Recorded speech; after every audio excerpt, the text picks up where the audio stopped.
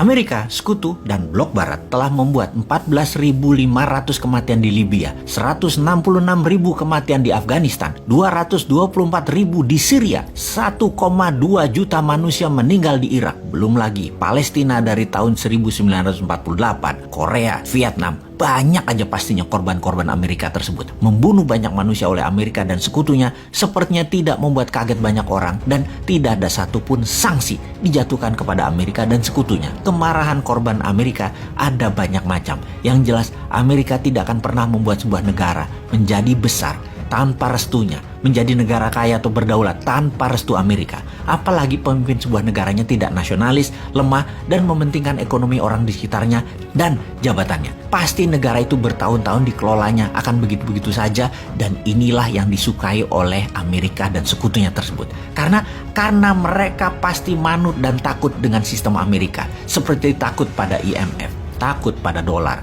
takut membangun tanpa hutang dolar, membangun harus hutang dolar. Begitu deh kira-kira kelakuannya. Sesungguhnya Rusia mengambil Ukraina bisa dilihat sebagai perang saudara di Rusia ketimbang perang yang membuat perang dunia ketiga. Ada sih perang dunia, namun bukan perang militer, tapi efek ekonomi yang memburuk akibat perang Ukraina yang berkepanjangan. Seperti harga-harga naik. Itulah perang yang akan dirasakan seluruh penduduk dunia. Indonesia inflasinya akan mengerikan kalau tidak ada kebijakan yang jenius dari pemerintah old mind ini. Wakanda ini sudah uang beredarnya rendah, inflasinya akan tinggi, produk turun drastis, perlu import barang, dan barang beli barang impor tersebut nilai harganya naik, harga barang-barang antar negara naik, harga transportasi naik, inflasi Indonesia pasti naik tinggi, dan rupiah terhadap dolar akan tembus 16.000. Melemah rupiahnya, mudah-mudahan tidak ke 18.000. Harga bensin pasti lepas subsidi karena APBN nggak kuat, karena nggak bisa lagi ngutang atau nggak ada lagi yang kasih pinjaman kecuali dengan bunga pinjaman yang super tinggi yang akan mengganggu APBN. Dan tentunya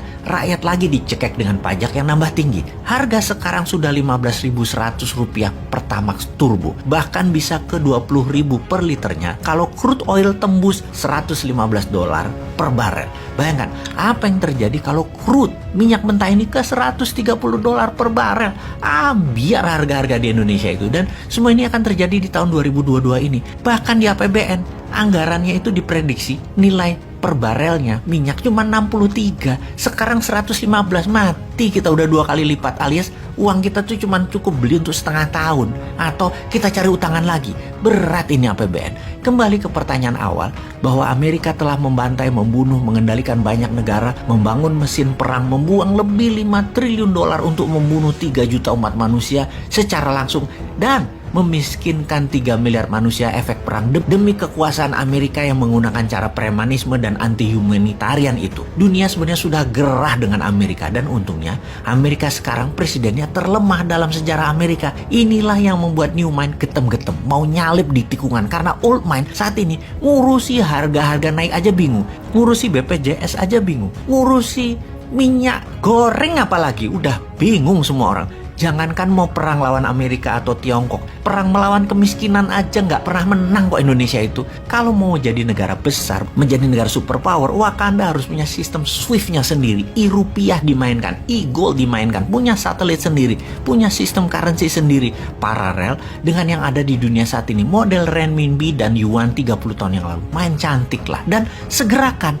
Jadi karena dunia sudah kesal dengan Amerika, maka negara dunia ketiga, negara yang ditindas Amerika, dan banyak orang di banyak belahan dunia memilih mendukung Putin. Sangat wajar karena naluri manusia begitu, anti yang menekan mereka, yaitu Amerika. Habis bagaimana ya? Media semua satu suara, hanya dukung kebenaran Barat dan kebenaran sekutu. Jadi ketika Amerika serang Irak, bantai rakyat Libya, bantai Suriah dan lain sebagainya, dunia harus setuju dan harus diam. Sekarang Putin melawan NATO, melawan Amerika, dan banyak rakyat keplok-keplok dukung Rusia jadinya. Kita Indonesia harus bagaimana? Mulailah membangun kekuatan sendiri. Sudah puluhan kali disarankan, mulai dari yang sopan sampai super nyinyir, tetap aja kerjanya proyek. Ayo bos, kita mulai yang bener benegaranya. Sudah genting saat ini. Ayo bangun 50 kawasan ekonomi khusus dan tingkatkan produksinya. Jangan hanya mikirin IKN yang lebih bersifat administrasi doang kotanya. Ura,